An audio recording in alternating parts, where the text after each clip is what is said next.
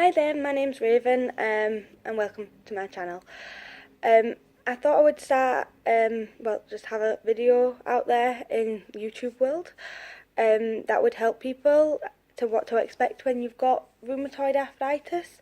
I also have other conditions, just so you know. I have fibromyalgia as well.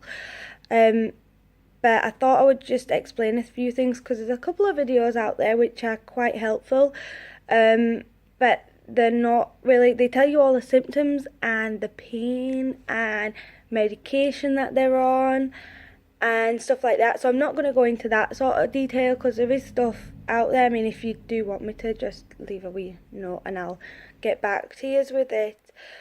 But the lifestyle kind of changes I wanted to talk about because I wasn't really aware that where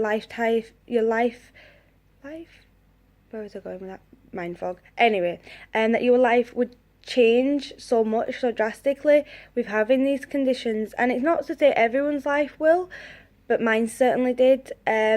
First of all, when I was first diagnosed last September, not 2016, but 2015, it was quite hard. I mean, I thought I had a stroke the first day because I woke up. No signs before that. I woke up and my legs, I couldn't feel my legs. I thought, I've had a stroke. That's it, I've had a stroke, my legs are no longer working. But it turned out it was just the arthritis kicking in. It decided, yay, that's the time, you're 24, that's your time to get arthritis. And because I didn't move for 2 weeks, given my doctor was like, just rest and you'll be fine. You've not had a stroke or anything like that, and that was good news. So I rested up and I was in bed for 2 weeks. And when I got out of bed, my left leg now turns in, so I walk kind of like that with my left leg, which is not handy. It makes me look a bit weird. But over the last few months, I've been really going to the gym. I mean, I hate the gym. It kills me and I feel like I want to tear my body apart. But I've been going to the gym and I've been working on it, and I'm happy to say I've actually got the feeling back in it. So my first bit of advice for people out there is don't rest. I mean, I know you want to rest and take it easy, but at least try and get up a few times in the day to walk, and so your muscles don't tense up and then go into a wee randomly disformed leg like mine did. Because I just got told, oh, rest, it's not the best thing for you. From my personal experience anyway, it really didn't help me at all. In fact, it hindered me. So I try and get up every day at least to move from my bedroom to my living room. At least that little bit of a walk. Even if it hurts, I use my sticks, but I still get out of bed. Just because I don't want it to happen again. I mean, some days I really don't want to get out of bed. I want to lay down and just curl up into a ball and wait for death, pretty much. But I still do it. And that would be my first bit of advice, is at least get up once or twice a day to try and get your muscles moving so they don't atrophy. I think that's the right word. But yeah. The other bit of advice is be prepared to lose some of your friends, especially if you're in your 20s or younger. You can't go to clubs and stuff. Well, I can't go to clubs and stuff. I can go to some and I can pay for it the next day or the next 3 days, but most of the clubs up in Glasgow are sort of high level and they don't have lifts, so you have to walk upstairs. So I took that choice not to go anymore, which meant all my friends that are 24, 25, they all go out and club and drink, and I can't really drink on my medication, and I can't really climb stairs. So I was like, I'll take this choice not to go. And because I turned them down the first few times, they stopped asking and they've sort of drifted away. You'll find that with a couple of your friends probably.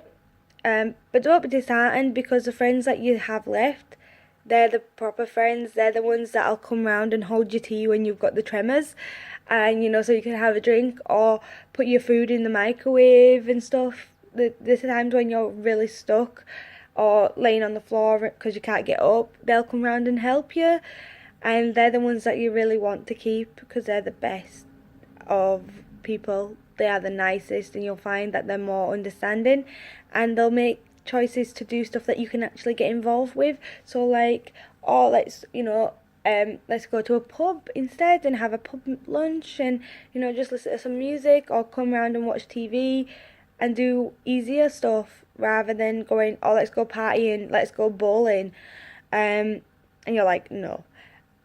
Or the other people, the other type of people you get are the ones that are like, oh, well, I chose to go bowling, but I never thought I'd to invite you, because you'd just say no. I'd still like an invite. I'm still a person. I would like to be invited. I'll turn you down, but I would like to be invited and included. But you find the friends that you get left are the best ones. They're there for you thick or thin. You need help on the toilet, you need help into a bath. They're not going to judge. Do you know what I mean? They'll be like, fine, cool, on you go, I'll help you in there. I mean, I've had my friends do all sorts for me because I just can't do it. So, that's one big change that I wasn't prepared for. And that's kind of my reason for making the video.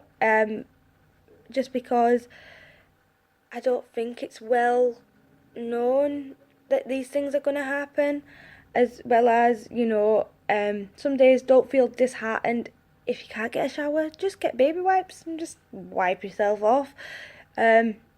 That's probably the best bit of advice. Like, take it easy, take one day at a time, don't overdo it. And this is the hardest thing that I've had to overcome, is when I have a good day, not to do everything, because you have one good day and then you'll have about the whole week, because you've overdone it on that one good day, will be horrific. So I take it a day at a time and just do like one household chore a day if I can. If I can't, I can't. But I try and do like either just the vacuuming one day or the dishes one day, and then do the rest of it another day.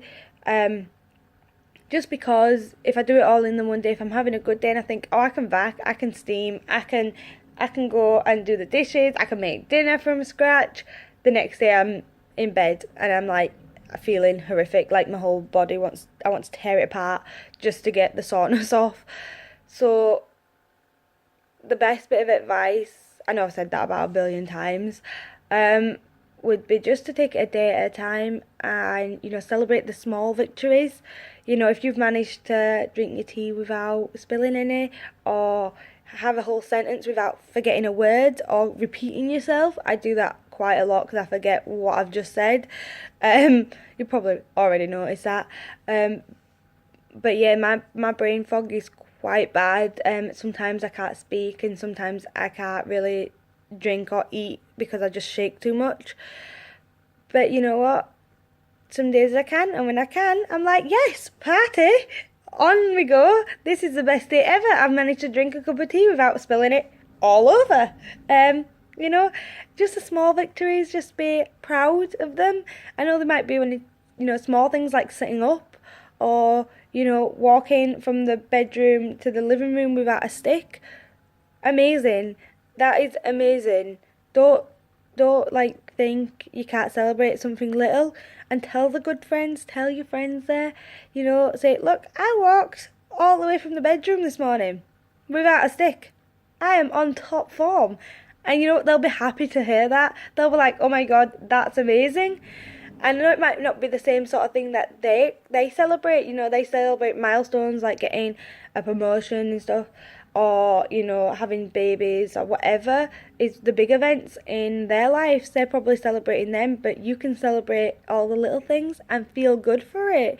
Don't feel disheartened. Don't be like, oh well, I took my medication yesterday and I don't feel any different. Medication takes ages to kick in. I mean, methotrexate on its own takes about 3 months, if not longer, to actually feel any sort of relief. So don't be disheartened by that. Celebrate all the little things, because they're the ones that are going to make a big difference and keep you motivated throughout the whole experience, and also I get like ravenous before I have a flare up, like absolutely ravenous. I put on like 2 stones since getting ill, just because before I have flare ups I just get like hungry, but nothing fills me up. be prepared to put on weight is what I'm trying to say.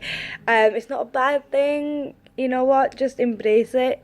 That's the only thing that you can do with these sort of illnesses, and just keep in mind that you're going through something really, really hard, and you're such a strong person, or people out there, you're so strong for doing this, feel, that bit of gratitude that, you're handling this the best that you can, and you're a strong person.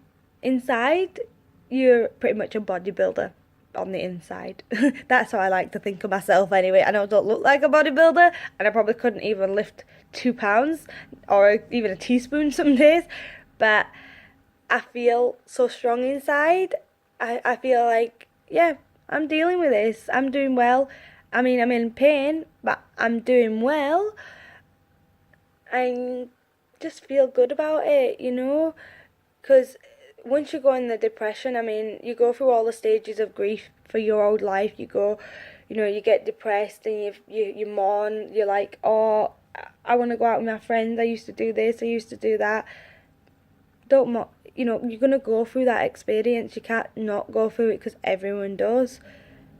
But just keep thinking to yourself, I'm going to be a better person at the end of this. I'm going to have new cool hobbies that, like, I never thought I would crochet, but now I crochet because I'm sat in the house, and when I'm having a good day, it's easy enough to do, and it's sort of an exercise for my hands, because my hands are quite, I don't know if you can see that, they're quite rickety. This one bends this way, which really annoys me, and that one's all going that side. So I do it to help my hands and keep them moving. I never thought I would crochet in my life on it. I also do, like, I use a sewing machine and stuff like that. Cool little hobbies that you can do from in the house, or learn a new language. I mean, I struggle with English most of the time, but I try a bit of Italian.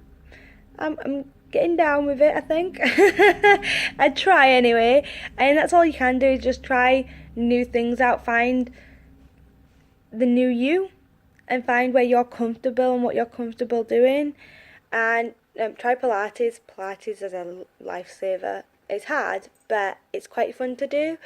I think I'm the youngest person in my Pilates class, to be honest. Everyone's like over 60.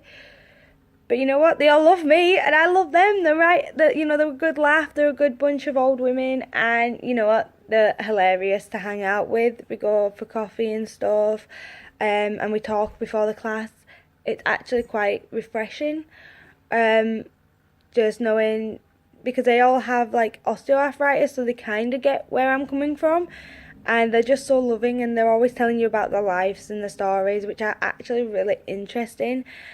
And I never thought that I would be this sort of person. I used to be really active, and I used to go out clubbing and dancing and all the rest of whatever young people are doing nowadays. I used to be that person, but you know what, I'm not anymore, and I'm slightly grateful for it. I've got a new lease on life, and I like doing little things, and I got myself a wee dog who's amazing. He's called Opie. I'll go get him for you. He is the best wee guy ever, aren't you? He is. He's so cuddly and friendly and just amazing. Yeah, he's just like the best wee guy ever. He's 7 months, and it does give me a reason to get out of bed.